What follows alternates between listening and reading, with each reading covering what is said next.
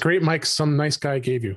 Yeah, I haven't literally I haven't touched anything. I'm leaving it turned on. I'm leaving it like I'm scared. I'm actually scared to go near the mixer thing it gave me because I don't want to touch. I don't want anything to move. Can you actually crazy glue to the dials? So Yeah, you don't want to do that. Yeah, don't do that. But yes, you can. Do it. Totally do it. Why wouldn't you do it? Because if this is the best setting, I don't want it to change. Why would you want it to change? Just put little marks on the mixer so that you know where to set everything. Because what happens when you decide you want to try a new mic and now your dials are stuck? Yeah, well, exactly. The one he gave me has like 3 or 4 different. Yeah, of course it was guys. Yeah, so I could ruin one line of them and just go to the next line because it takes up to 4 microphones. Of course. Yeah, because he likes those mixers. He sold that to me a while ago. And I just still had. Guy did. Yeah. Mm-hmm.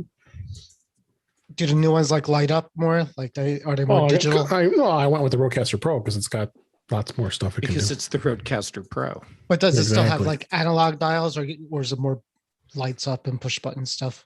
No, digital. It does pretty much what a mixer does. Yeah, what that does.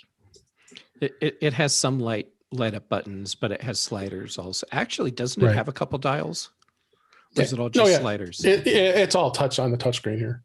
Can I get one that's about 1/10 of the size of this one? Because this is why they're small ones.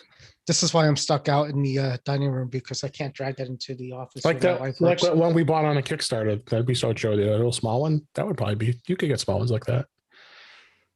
Can I use the same microphone and all that? Yeah. Oh yeah. All right. Yeah, just put the dials in the same place. No one will ever know. Yeah. Just keep all in the same place. Except the one time the dials were in the right place and everything was good, except I forgot to turn on the switch on the microphone. You'd think with the technological advances we've had that the microphone would realize it needs to be on and just do that. Here's the thing. I'm going to turn it off and you'll still be able to hear me for some reason. You ready? Right. That's how that mic is.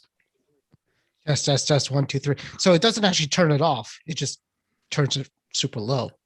So it technically does. It's just you still doesn't turn completely off. So he's like, we could barely hear you. And I'm like, yeah, I did playing that. with the dials and playing with the volume. And I'm like, I don't know. They're like, because if you said you don't hear me, then I'll start looking for switches. That makes sense. Anyhow, that's how that went.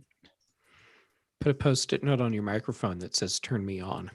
I don't. Ooh, man. It's almost the right shape for that.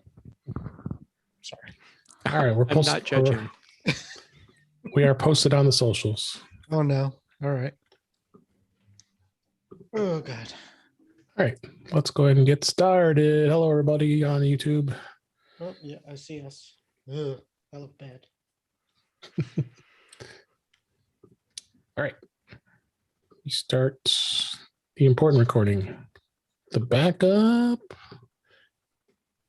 and audio hijack. Bless you. Here we go. In 4, 3, 2.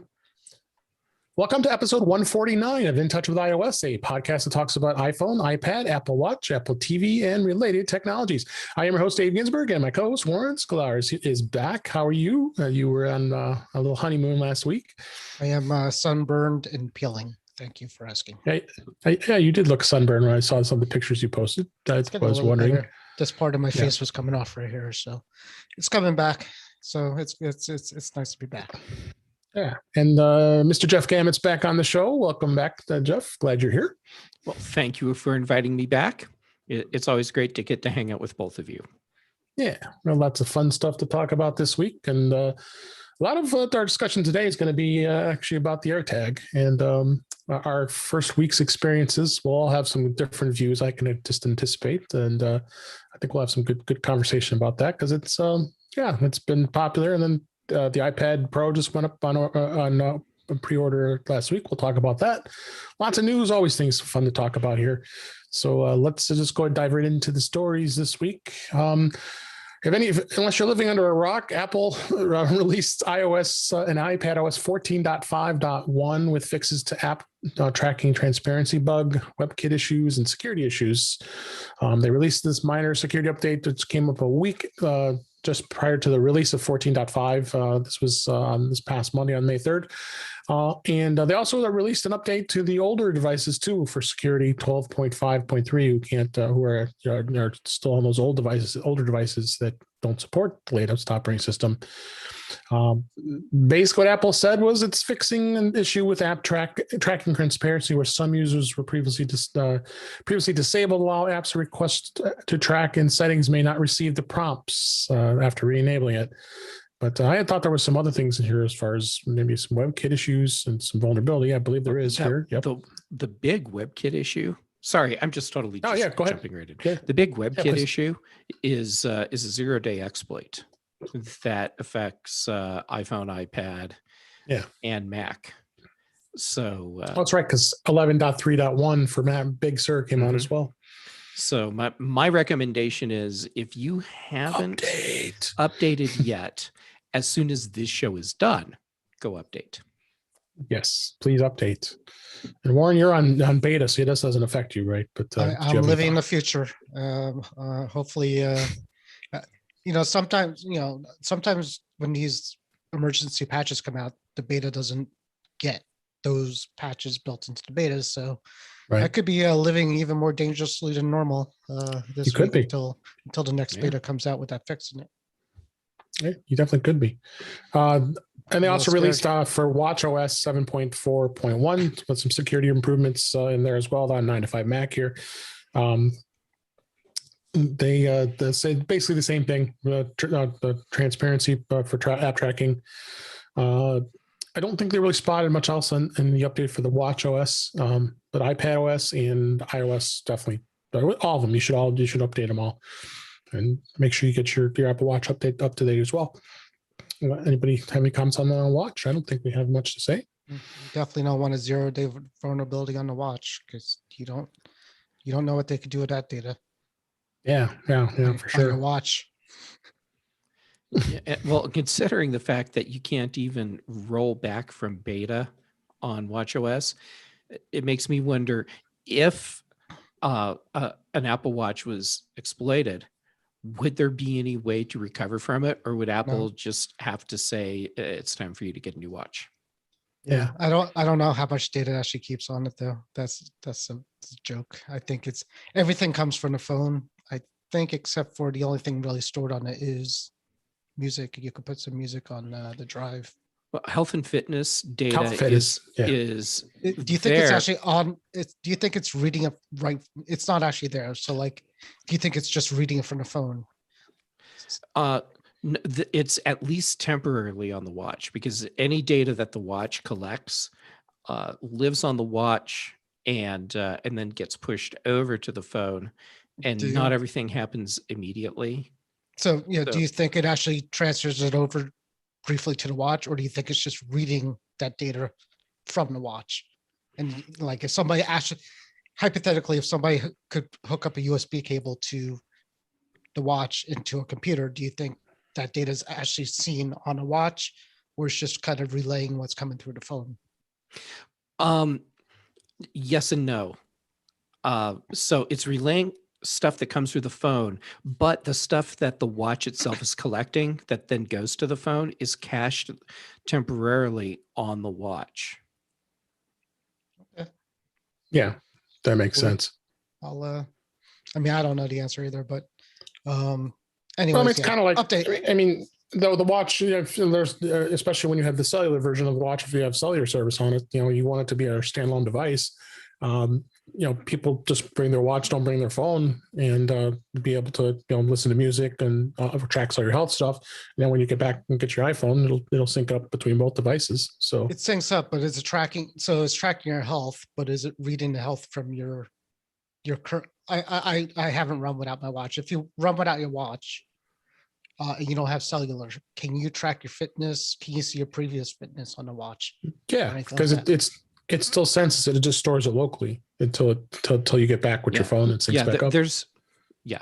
There's some of that data held there. You know, for me, the bigger concern isn't so much whether or not they're getting what my heart rate is when I'm out for a walk or a run, so they know that I really need to get in better shape. It's that if they have compromised the watch, what access will that give them back to the phone? Right. So could they use the watch to plant or take advantage of other exploits on the phone? Well, if they wear a mask and they have the watch and they have iOS 15, then maybe they could get into your phone. 15? That isn't out yet. 14. Yeah, that's living way in the future. Well, what if you have your phone with you and you have your watch on your wrist, your watch is unlocked, and you go past a Wi-Fi network that's known to you, like your local coffee shop. Right. So now your watch automatically just joins the Wi-Fi network. Right. And at that point, you could have some jerk with Wireshark or something, where they're just watching for these devices, and then they can push out an exploit to the watch as a gateway into the phone. What happens? I'm totally speculating here. Apple put a thing in there that makes your whole hand go numb. 200-volt shock if somebody's doing that. Then you know.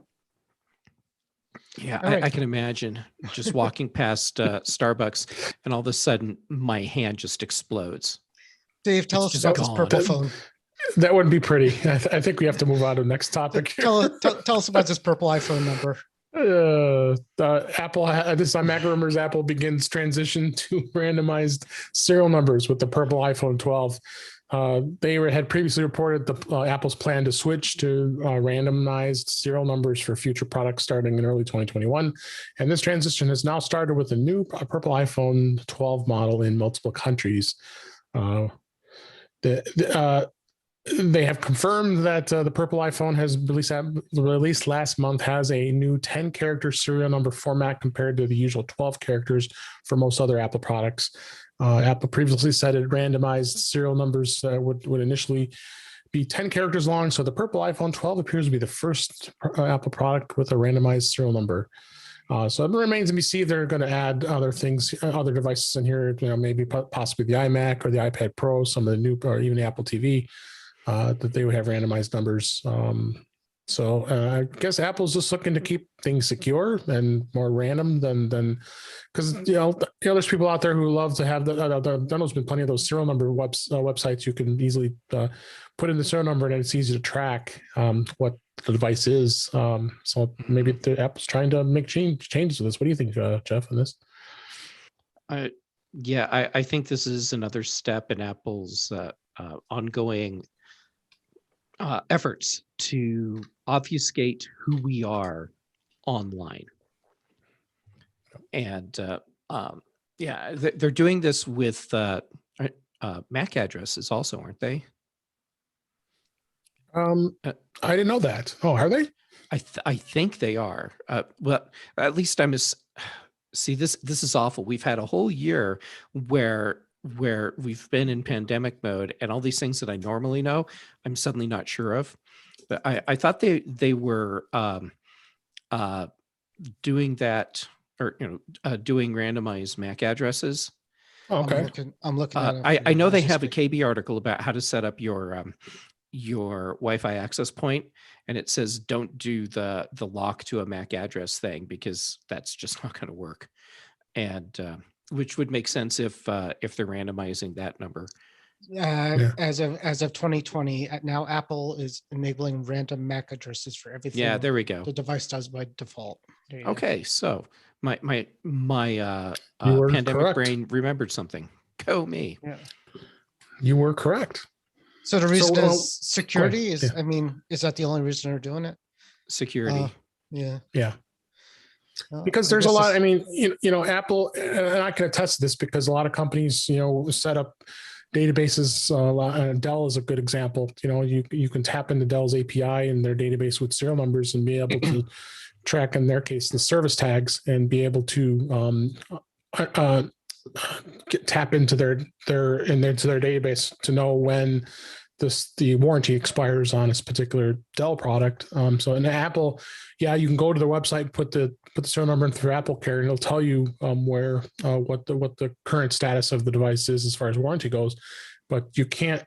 They don't allow it to do that. Where because some places like want to set up something where you can have a place to go every time, especially if you maintain your own database, especially in the enterprise of the large amounts of serial numbers, because there's companies who own a lot of Macs. As far as I know, Apple doesn't allow you to tap into their systems to track serial number warranties. This is going to they're going to drive them crazy with this. The people who have to track these computers, not these companies, are going to be like, really? I bought 20 computers and everyone has a complete. I used to copy and paste so nicely and just change the one number at the end. Well, that's why they have the CAPTCHA you have to always put in when you go to that website, because they don't want people tap it into that information. So, same thing with iPads and iPhones. There's plenty of companies who do that using Jamf. Of course, they're managing that, and I know Jamf is able to tap into some of that information. The serial number pulls what model and what the machine is, whether it be Mac, iPhone, or iPad, but it still doesn't track the warranty. As far as my understanding, I think that's where Apple Business Manager comes into place. And I'm really going into a deep world here that people probably don't care too much about, but I'll just be brief. There's three people out there right now that just pulled out a pad and paper, and they're ready to take Business Manager and MDM notes. Yeah, MDM notes here, but they do have Apple Business Manager where companies do sign up with Apple. So when they go buy their products, they're automatically registered to that company. So it protects the business from if someone were to steal the product, it would be basically a brick because it's registered specifically to that company to that company. So anyway, that's all business. That's not what we're here for. So, but I went off on it. See, even I went off on a tangent today. That sometimes happens. So, let's go ahead and move on. The Brave browser is now released for iOS. It now gains a new playlist feature for queuing video and audio content. I found this interesting. This is in Mac Rumors. The Brave browser, which is available on the iPhone and the iPad, gained a new playlist feature that is designed to save audio and video content in an easy access queue. Users can keep a list of videos, songs, podcasts, and more, and then access them from the Brave browser at any time by tapping the Brave playlist option from the menu. Adding any media to the playlist is as simple as tapping Add to Brave playlist option or long pressing a video or audio file. Other features include autoplay option and drag and drop tools for organizing the items in the playlist. I think this is really cool. And I just saw this today, and this was just released today as we record this. I want to go check this out. Or what do you think, Jeff? This is pretty awesome, I think. This is cool. And I'm curious, does this work in the Mac version as well? Yeah, it doesn't mention it. So I'd be curious to check that out too. Our crack research staff out there is going to have to check onto this and let us know. And if it does, this is pretty cool. Yeah, I'm an Edge user. Yeah, me too. And I really like Edge. It gives me all the benefits of Chrome without the downside of Chrome. Yep. Right. And that's one of the things I love about Brave. So I have that installed too, so that if I need to do like testing, I've got it. But that would be a reason for me to use Brave more often. I mean, that's just a cool feature. Check that out. I'm not brave enough to use it. I see what you did there. Threw that pun in. You had to. But worth checking out, the Brave browser. And there's some good browsers out there, and there's bad browsers, like you said. Google Chrome can be difficult. So I like Chrome. Leave Chrome alone. I use it for work all the time on my PC. So, so do we. Then the last story here. This was a Mac Stories actually. This is there's a music service, Deezer, which I am not a subscriber of. Has a new HomePod integration support for high-res audio playback. Late last year, music fans gained the ability to switch to their default music service on the HomePod, and then Pandora was the first to offer the option. Then last November, and has now been joined by Deezer in Australia, Canada, France, Germany, Japan, Mexico, Spain, the UK, and the US. The last country to mention. Similar to other services, Deezer's HomePod voice control functionality lets subscribers play albums, specific tracks and artists, as well as playlists using Siri. However, the most notable feature of Deezer's HomePod integration, which was announced by the company today, is that its hi-fi subscribers. Hint: subscribers will have to listen to high-res audio using. We'll be able to listen to high-res audio using the Apple Smart Speaker. Depending on your situation. Or they have to, yeah, because they're paying for it. So, what do you think, Warren? I think we're. What do you think, Warren? I think we're starting to see more and more of a trend here with making with Siri the default music service on the HomePod. Yeah, I mean, especially for Deezer, I don't think I've heard the word Deezer for about 10 years. It's been a while, so I kind of remember them from the late 2000s. Yeah, no, I mean, I would, the HomePod, big one that we all have. I would love to hear some hi-fi coming through on that. Can you actually play? Can you actually play anything in hi-fi currently on the HomePod? If you don't have Deezer? Like Apple Music doesn't do lossless. We're talking lossless. Like, yeah. No. Yeah. I'm not sure. And we're sure. What's the original one that had the high content with the rapper? It wasn't Kanye West. Jay-Z. Yeah, that one. His Tidal. Thank you, Tidal. Can you do Tidal on a HomePod now? I don't think you do Tidal so. Anywhere? I'm not sure. Actually, I joke. Tidal is still around. No, it's still around. I thought it got bought out. Well, it's still known to have the best quality sound from what lossless, right? Yeah, so I'm just curious. I mean, it'd be nice to hear the HomePod, work its magic with this stuff. I haven't really used it to do that, and I know other people out there hooked it up to their TVs and did the Atmos and all that things, but I haven't done that yet. But anyways, yeah, it's good to have more services on the HomePod. No, I'm glad that, they had implemented that in iOS 14.5, where you can choose your music service via Siri. You can't do it as a default like you can do a browser or a mail app or that kind of stuff. But through Siri, you actually can do it. So, which is kind of interesting. To default whatever music service you prefer. So this says you can't use Tidal. You can't play on the HomePod without AirPlay. So I don't know how that makes sense. I don't know how well they sound degrades at all on AirPlay 2 or not, but it's interesting to find out. Any other thoughts, Jeff? But Warren summed it up nicely. To reiterate, let as many streaming audio services as possible play natively on HomePod to make HomePod more relevant. That's right. Well, going forward, HomePod Mini. Right. Yeah. Right. Mini only. I'll still hold my trusty HomePods behind me here, so they're not going anywhere anytime soon. Do the Minis have the chip, the U1 chip? Yes. And they do, and the original HomePod didn't, right? Is that true? No, I think it does. I thought they added that afterwards. The U1 chip, big seller. Yeah. Yeah, I don't think the HomePod has a U1 chip. The original one maybe not had the U1. You're right. Yeah, whereas the Mini does. So if you consider this whole AirTag system going, the Mini is the way to go to get more location goodness going in the world of Apple AirTags. Yep.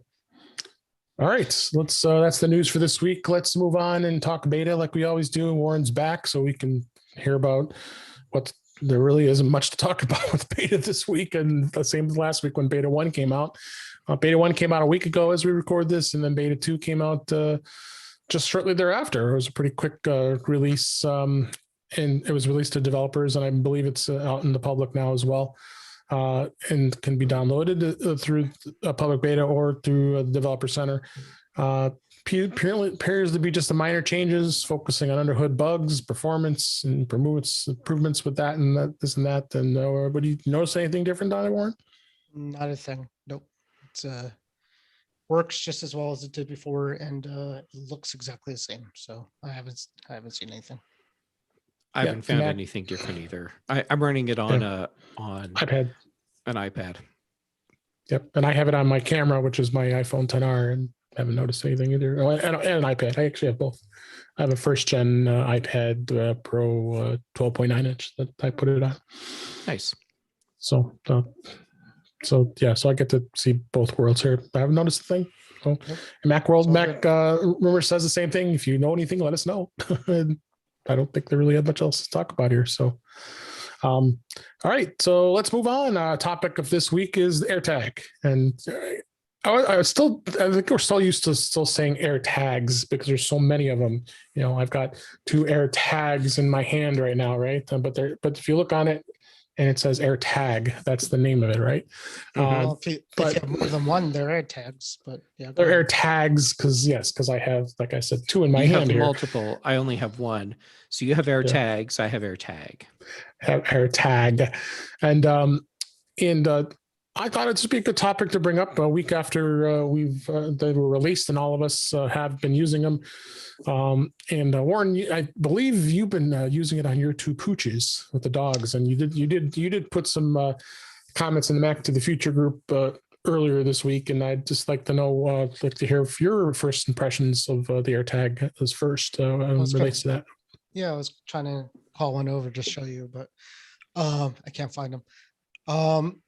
Yeah, so I bought. That's ironic. I have it on my hand here. Yeah. Can't find them right now. No. So I could show you what the screen looks like, but that's not that interesting. I bought a 4-pack. You can describe it since visually we're not everybody's listening. Most people are listening. So. Yeah. So anyways, I bought a 4-pack. I bought as I did too. And I had 3 of them engraved. So I had one engraved with Lola, which is one dog. The other one's Charlie, which didn't fit. Because, come on. There it is. Oh, D3. The other one was Charlie, but you could only have 4 characters, so I had to put like just a C on there. Anyway, so I got one for my mom, and then one just as a spare, which I threw in my backpack. So D1, D2, D3, how original. Anyways, yeah. Then I bought 2 of the Apple leather key tag rings and the belted one off the side. Big spender. So yeah, my dog's my dog's wearing each about $70 worth of AirTag paraphernalia on them. But anyways, they look good. We're a little concerned about dogs have been known to get their collars stuck if they're like in a deck or something between wood or something like that. The things on the collar could get stuck in there. So there's a little concern about that. So I might be in the market for something that has the I've seen collars with built-in for you can put the AirTags in the collar. So there you go. That's what you need. Little pouch in the collar. Yeah. In the pouch collar. And then I could repurpose it to Apple leather things somewhere else. But yeah, I mean they look good. They're I did test out like the live track find thing. And even when my dogs aren't moving at all, it's still like right now it just says searching for a signal, try moving to a different location, finding my dog. So I mean, what's that about? Oh, yeah. So I think that's your microphone. Huh? Does it? There's your microphone stand. Oh, okay. Yeah, you ran the cord against the springs. Oh, like that. Yeah, don't do that. Yeah, some tunes. So anyways, I find the location works as far as like, when you go into general location, but when you do the find thing, it's a little wonky. It doesn't seem to work all the time, or it doesn't work for a while. And then once it locks on, it's really good. So that's what I'm kind of finding out with that. And then, there's a whole article I saw you had it. Yeah, that's what I was going to talk. I want to ask you what your thoughts are because I more had the article and I put in show notes. Apple does not recommend does not recommend that you put it on an animal or a person. And our article had said that maybe it's because Apple doesn't want any liability. That's 100% it. I mean, there's no other reason. Yeah, Yeah. I said that even before, like, you know, when that article first came out, or when we first heard about it. I'm like, yeah, they just don't want you to call Apple and say, I depended on you to find my dog, and now you know, it's not working. I can't find him. Probably same with the kids. Although you probably don't need to find the kids as often, you would hope. But in any case, it's all liability. Yes, they do say something about that, you know, there's not that, you know, there could be times where they're not near an iPhone, which I guess if a dog's running through the woods or out in nature, then the odds are that there Right. may not be an iPhone near there, where stuff generally ends up, you know, around civilization. An animal could be anywhere in the world. So it's a layer of protection is what I think is. I mean, if it works and I needed it, it's good. If it doesn't work and I needed it, it's no worse than what I had before that. Yeah. Okay. And you said you gave one to your mom and your mom, I think it was, or then just disperse the other. I haven't. I have to know what the other two I have in my hand here.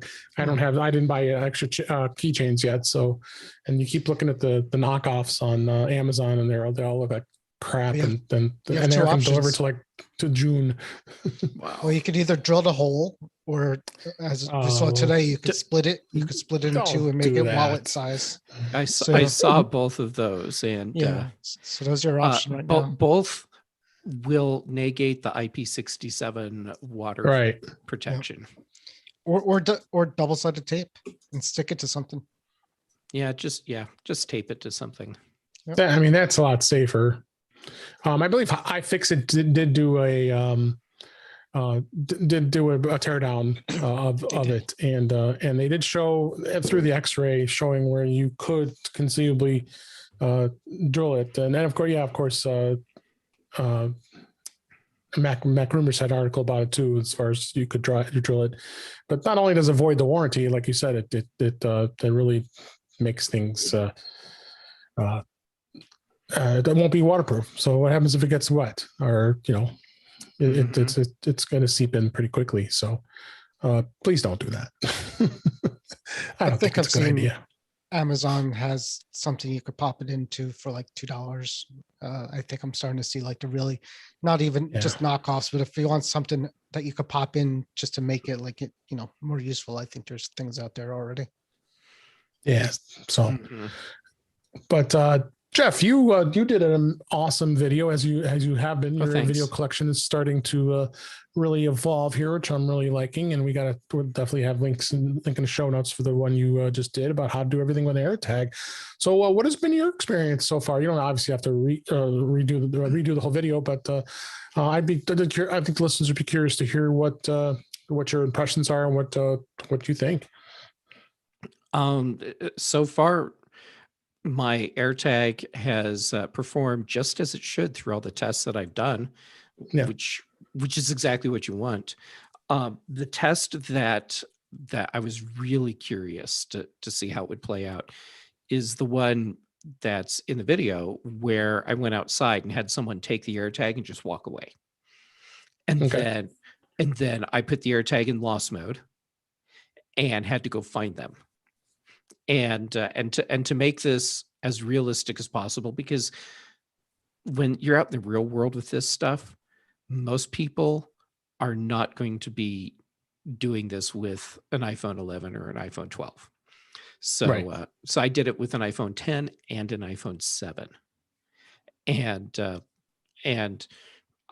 the map took me right where I needed to go. And because I didn't have a U1 chip, when I got where I needed to go, it sent me 50 feet in the wrong direction. But still, I mean, I was like right there in visual range of my AirTag.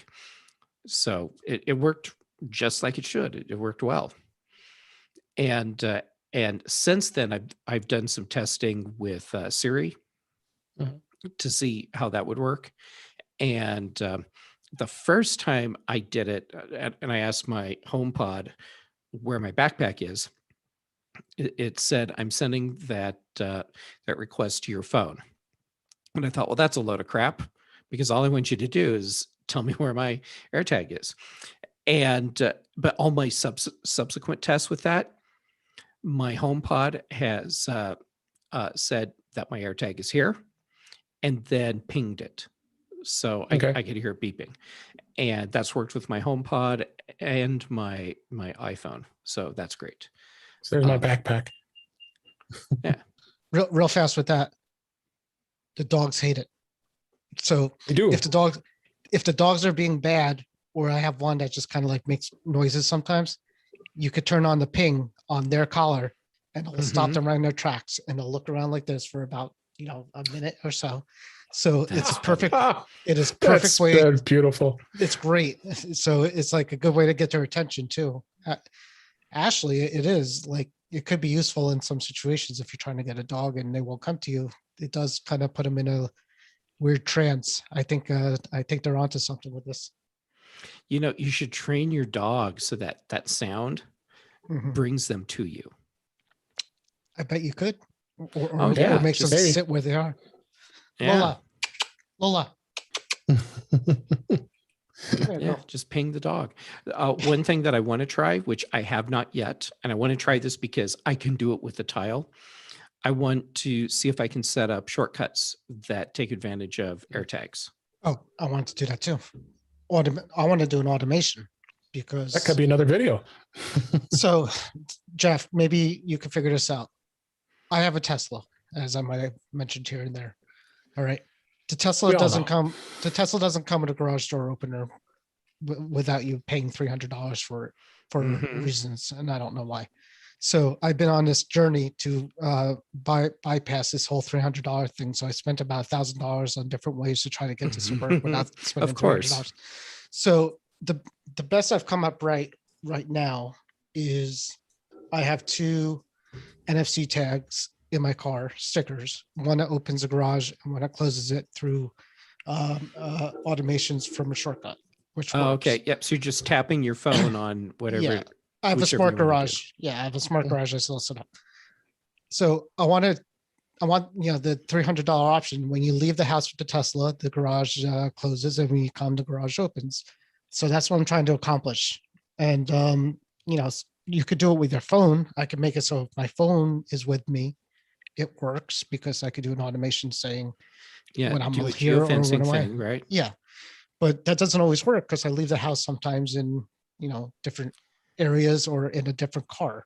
So I'm trying to get. So my idea was to throw an AirTag in my car, and as I'm telling Siri shortcuts or an automation, saying when this Tesla leaves this area, when this AirTag leaves the area, close the garage, and when the AirTag comes to the area, open it. So that's what I'm looking to do. And I can't find any way to do it. I love this idea, and that's a great idea. Yeah, I love the idea of getting to use an AirTag with geofencing. Yeah, and actually, like if a dog runs away, get an alert. Like right now, if my dog runs off this property, off this geofence, I would like to get an alert saying that AirTag is moving further away from me. We don't have that either. Yeah, which actually you can do with a tile. Right. So this is good. Yeah. This is stuff they need to do. Exactly what you said. There needs to be shortcut integration. There needs to be automations with that. Yeah. Yep. I agree. It's my feeling right now is that AirTag is nice. And if you are looking for a tracker system that's just part of the Apple ecosystem, and they're so easy to set up, AirTags are great. Right. If you already have a bunch of tiles, I'm actually doing this whole big comparison to decide, should I replace my tiles with AirTags? You know what? I should turn it into a video. You should. All right. Well, great. Now I'm committed. But honestly, right now, where I am, and I still have a lot more research to do, but where I am, I'm having a hard time justifying replacing my tiles with AirTags. Yeah, makes sense. You're still invested pretty heavily with it, and they still work. And they still work. The big thing that I don't. Well, there's a couple of things that you don't get, but okay. But the big thing that you don't get with a tile, when it's out of range, even though they have their wide network for tracking, you'll never see it again. It is not going to show up anywhere. But with an AirTag, there are over 1 billion iPhones out there potentially that could be used for telling you where your AirTag is. That's really compelling right there. You talk to Dave, because Hamilton has the same issue, but he says the Tile app on his phone is killing his battery. Yeah. Well, okay. See, that's one of the other issues right there. Yeah. As it stands, there, even if it was like a no-brainer for me to switch over, it doesn't make sense to do it right now, because where am I going to go? My tiles are primarily on my luggage, right, and my computer backpack. You need to get a dog. You have a cat, don't you? I have a cat. Put it on the cat. Yeah, put it on the office manager. Yeah. Where's Cat? Oh, in the living room. Where's Cat? Oh, in the bedroom. Where's Cat? In the manager's chair behind. She probably is. Yeah, she's asleep in the manager's chair behind me. Well, this way you could set off the Find My tone and see what happens. Yeah, I'm pretty sure she would love that. Jump to the ceiling. Yeah. Claws up. Yep. That sounds about right. Yeah. So sounds like all in all you've had a good experience, and everybody should check out the video you did on what you can do, everything you can do with the AirTag, and we talked about accessories. I'll give you my take on the AirTag. I have it on I started with my keychain and put it on there. I had the inexpensive Belkin one that Apple was selling for $12.95, I think it was. Fits nicely on there and on the keychain. It doesn't make it real heavy and bulky, which is nice and easy to track. Because there's plenty of times I've had situations where I was like, "Where the heck are my keys? I can't find them. What do I do with them?" So that's nice to be able to track them and be able to put that. Yeah, I know you don't. I mean, I have the keyless entry, but I still have to have that. I know you have it on your phone, so that's right. Warren lives in the future. I don't have a Tesla world. My keyring hasn't been used in about a year. I still have a house key. No, I don't have that. Yeah, I don't have those the keyless entry on my doors. Just have to walk. In fact, I'm trying to figure out how not to have a wallet at this point, but we'll get there one day. We're almost there with having your Apple Pay. So I had started with that. Then I got one in my backpack. So make sure I don't leave that someplace and be able to scare the hell out of somebody but I didn't put it on a keychain. I just put it inside a pocket. I think a lot of people are going to do that. Same thing with luggage. I think you could probably put one in your piece of luggage. I'd be afraid people to steal it or take it if it's on the outside of your luggage, especially with the Hermes people that are paying all that money for the Hermes tag holders for $500, $400. You probably steal the whole luggage set if you're putting a $500 keyring on the luggage. The luggage you probably want what's inside the suitcase. You probably want what's inside of it. Yeah, you say, hey, here, if it's worth that. Yeah. But all in all, I think I'm happy with them. I got the 4. Probably my wife will probably get one and get her on something she wants to be tracked, put it on her phone. So, but a couple things I wanted to touch on a little bit. I threw some articles in here. One thing was interesting already. People have figured out the developer mode. I don't know if you've explored this yet, Jeff, with being able to get in developer mode and start playing around with some. I haven't played with it yet. Yeah, so we'll link that in the show notes if anybody's interested in that. So there is some interesting things here. I don't know if I would really want to dive into that. Probably it's a pretty short article, so I don't think there's people. It's still too soon to tell where that's going to go. And the other thing, I think a lot of the big topics right now is people are worried about the anti-stalk, trying to AirTag and anti-stalking measures. Are they? And I know this has been quite a debate with this, and this is actually in Mac Rumors. They're talking about the safeguards that Apple has put into the AirTags. They're still doubting it, and I find it's hard to believe that people are not going to know that it's not in the, you know, if they put it in their bag or their purse or wherever and not be able to find this. I think this is a little crazy. It sounds like you have some comments on that, Jeff. Yeah. Holy crap. Seriously? This is where people are going with AirTag now. Yeah. Why have we not heard this about Tile? Because Tiles can do it too, really. Yeah. Do you know how many trackers there are out there? And I have never seen articles where people are freaking out about the trackability, unwanted trackability, like they are with AirTag. So come on. I mean, Apple, I think, is actually doing a really good job of helping protect you, or at least make you aware when you're being tracked without your consent. And they make it really easy to disable the tracker. I mean, I tested this. You get the little alert that pops up on your screen and says, "Hey, there's this AirTag here." And then one of the first things it has is a link you tap to show you how to disable the tracker, and it just loads a web page. It shows you how to pop the battery cover off, and once you do that, it doesn't work. Right. Yeah. Easy. I seriously, I am not. Well, okay, I am getting why we're seeing all of this this freak out over the AirTags, because it's Apple. But still, at the same time, I don't get it. Why are people freaking out over this tracker as opposed to any other? But yeah, it's Apple. What do you think, Warren? Do you think this is crazy? Well, I mean, you put a thing that tracks things on somebody, it's going to track things. That's what it does. You know, as Jeff said, I have, you know, for the dog when she was a puppy, before AirTags was a thing, I bought a Samsung GPS tracker that I used for a little bit while she was younger. And it's like 60, $70, and it came with a year's free service of the GPS service. So it was just a $60 outright for that year. Yeah.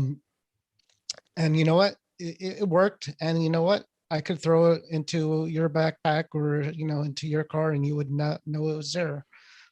Just, you know, so there's been this, Apple's not the first, you know, tracking device companies. So I think I think they pick on Apple because of a couple things. One, they're going to be more popular because they're cool and the price is good and everybody has phones, and, you know, it's going to be a more popular thing. They're small. They're easy to, you know, they're probably the smallest tracking device I've seen. They're smaller than Tiles. I've seen some that are substantially smaller. Okay.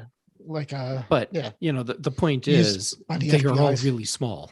They are small. So I mean, they are easy to toss into something. But the main reason is Apple touts it's, you know, Apple's going to go out there saying we're secure, we're private, we do everything that we can, and people are going to pick it apart. Where the other companies are like, yeah, I guess you could throw it on something and then it'll, you know, show you where they are. That's what it does. So, and Apple is trying not to have that happen, and people are going to try to prove them wrong, as they usually try to do. Yeah, for sure. And the other thing I wanted to mention too is and add to this crazy stuff. Now you have anti-stalking. You also have child safety concerns. You know, now they're saying that the tracker is now facing a child concern about the replaceable battery, which we know the CR2032 is a battery that needs to be kept away from a child. But in order to be able to get into the AirTag, I mean, it does take quite a bit to twist it out and open it to get in to get the battery. So why are they making a huge deal out of this too? I understand it's safety concerns, but and I think it was like in Australia and not really in the U.S. Not in the U.S. It was really Australia regulations. It's a big store chain in Australia. Yeah. Okay. So the way that works in Australia, I looked into this because it just seemed weird to me. So the way the laws or regulations work in Australia, if a store, a retailer, feels like a product does not comply with the health and safety guidelines of the country, they can initiate their own voluntary recall of the product, which is an ominous way of saying we're not going to put it out on the shelves.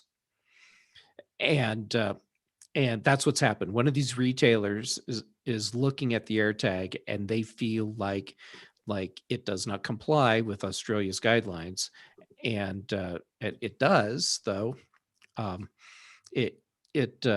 The way that battery cover works, it meets the worldwide safety guidelines. So it's a two-step process. You have to push the silver part in, and then you have to twist it counterclockwise or anti-clockwise, depending on how you like to say it, what part of the world you're in. And that's it. So if you're a kid, like a small child, a child that's more likely to say, oh, this battery looks like something I should eat, it's going to be far more difficult for them to get that open. Yeah. So it's just crazy.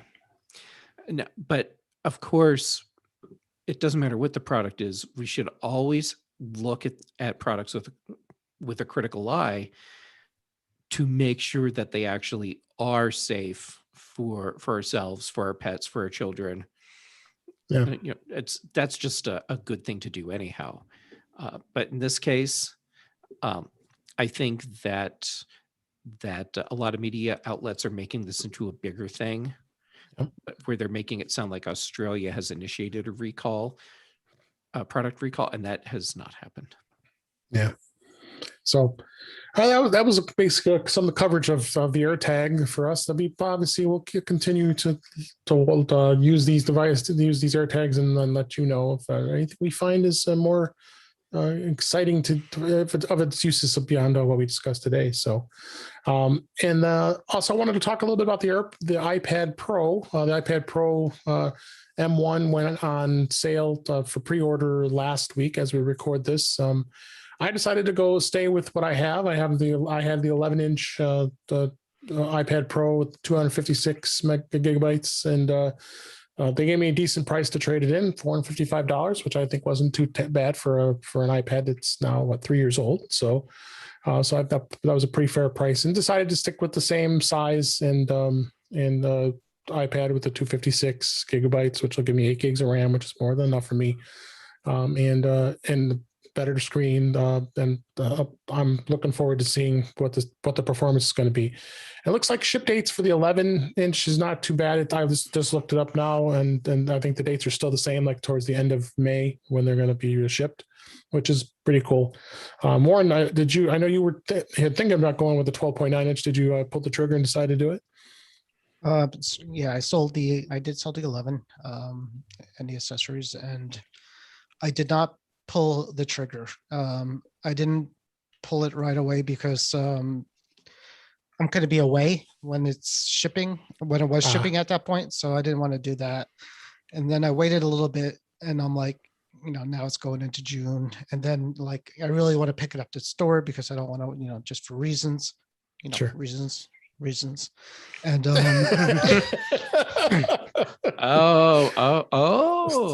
that clearance from the tower needs to happen, and it's not. I mean, yeah, she might notice. Anyways, but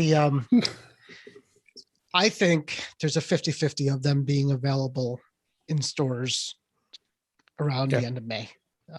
Okay. I think the Hype Machine always does this, even for it's been done before, where you're not going to get this product for months and months. I think it just happened with the AirPod Pros, the overhead, right? They were saying you can't get them, and then all of a sudden, 2 weeks after or a week later, people could get them in the stores.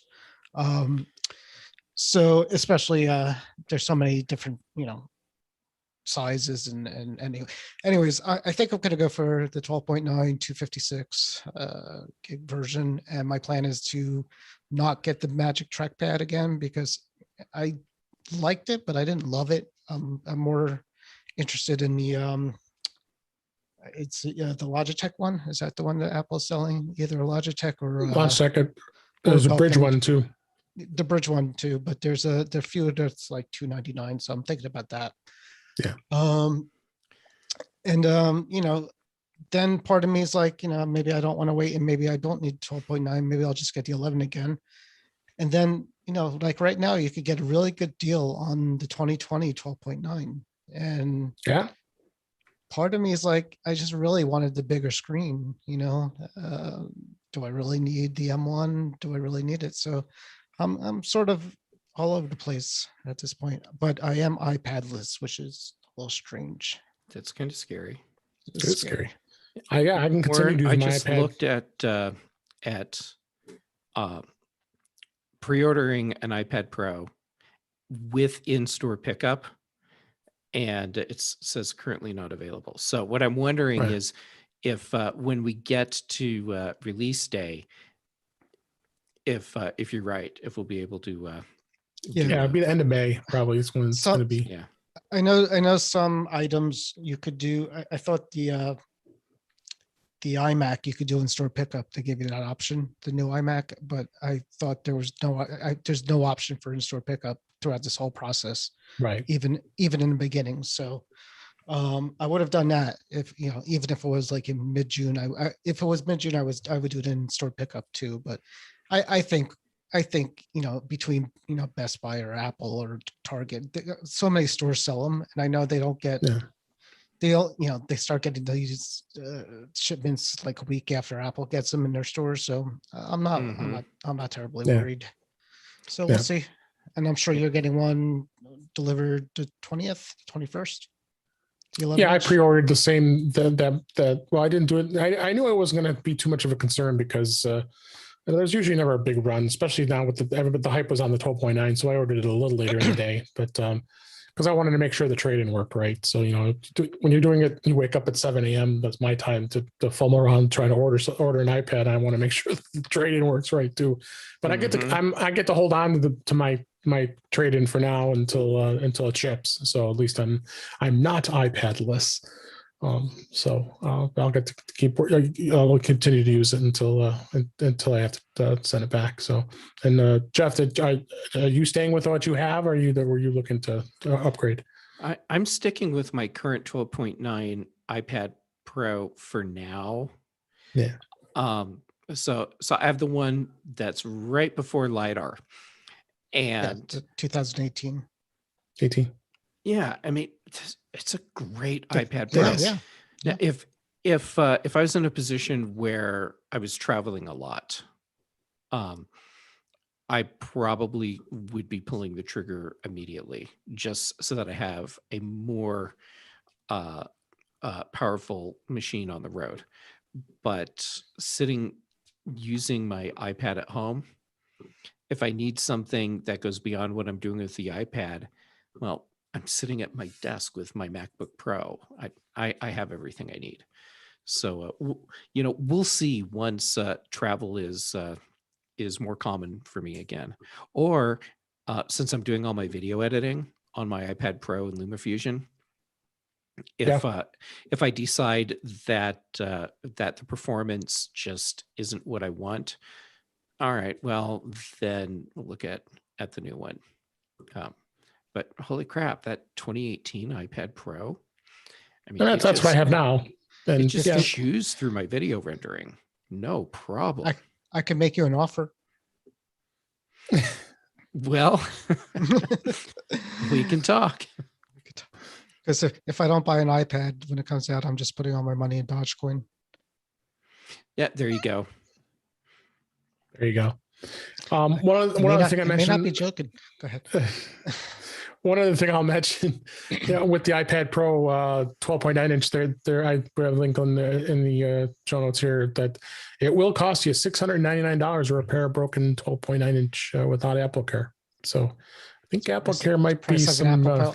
That's the price of the iPad Air. If you have an Apple device that's mobile and you don't buy Apple Care, you're crazy. Yeah, you're crazy. You always need to get Apple Care on any sort of mobile device they make. That includes laptops. I do laptops and phones. I've never done the iPad I've never I mean, it goes outside the house. You travel with it, but you're always kind of at a home base where you're using it. I think. Well, that the first time you drop it and the screen breaks, yes, you'll be buying Apple Care on it. Yeah. From that point forward. But that's okay. I mean, if you haven't needed it, then because it's a gamble. They're gambling you're not going to break your product when you buy Apple Care, and you're gambling that you will. Right. And so we flipped it around, and you're gambling you're not going to break it, so you haven't paid for it, and so far you're winning. Yeah, on that. I mean, I do the laptops and phone, and I've gotten my money's worth some years, and some years I haven't. So again, the phone, I've never accidentally damaged it, but it's come in handy for other reasons when it breaks. And they're really good. They'll give you a new. I've walked out with a brand new phone after Apple Care, so it's always been good for me. But I've been lucky with the iPad. Definitely don't put Apple Care on your Apple TV though. I saw that last week. You could do that. Yeah, $29. Yeah, I can't imagine any scenario. It might fall off the shelf when your cat knocks it over. If it falls off the shelf and the cat naps it over, I'm going back to Apple and saying it doesn't work. And then what are they going to say? They're going to say that the case is cracked and how'd that happen? You'll be like, that's how you sold it to me. I thought they were supposed to all look like that. No, the case never cracks. It's like the Mac Mini. It's solid aluminum. It's fine. What is the Apple TV made of? Is it aluminum or is it plastic? It's plastic. Right? It's plastic. All right. Well, I think we've brought this show to a close this week. So let's go ahead and wrap things up. That's a wrap for this week. Please send your comments, questions, and suggestions to our email address, feedback@intouchwithios.com. You can follow us on Twitter @intouchwithios, and you also can subscribe in your favorite podcatcher, including Apple Podcasts and many others. But better yet, go to our website at intouchwithios.com, where all the links to all the ways to listen to us are there. I am Dave Ginsburg, and you can find me on Twitter @DaveG65. And Jeff, thanks for being here as always. Please tell everybody where they can find you. Well, thank you for having me again. Seriously, I have a lot of fun with both of you. People can find me on Twitter and Instagram. I'm JGam at both places. Mac Voices Live on Tuesdays. The Big Show on Thursdays. The Mac Show on Fridays. And on my YouTube channel, it's youtube.com/jgamut. Great. Thanks for being here. And Warren, anything exciting going on with Mac to the Future? I saw some good posts this week. I can't remember much going on. It doesn't matter. I'm always here just to say thank you to Jeff for coming. I think I have a YouTube channel, but I don't. Just like you have a Twitter channel, like you have a Twitter handle and you don't use it either. I have a Twitter handle I don't use either, but once you should make videos of you trying to find your dogs. Yeah, I could do that, or the face they make when you set off the Find My alert. Oh, you got to record that. I want to see that. No, that's fun. I'm going to record that. And I'm going to post it. So at least put it in the Facebook group so we can see it.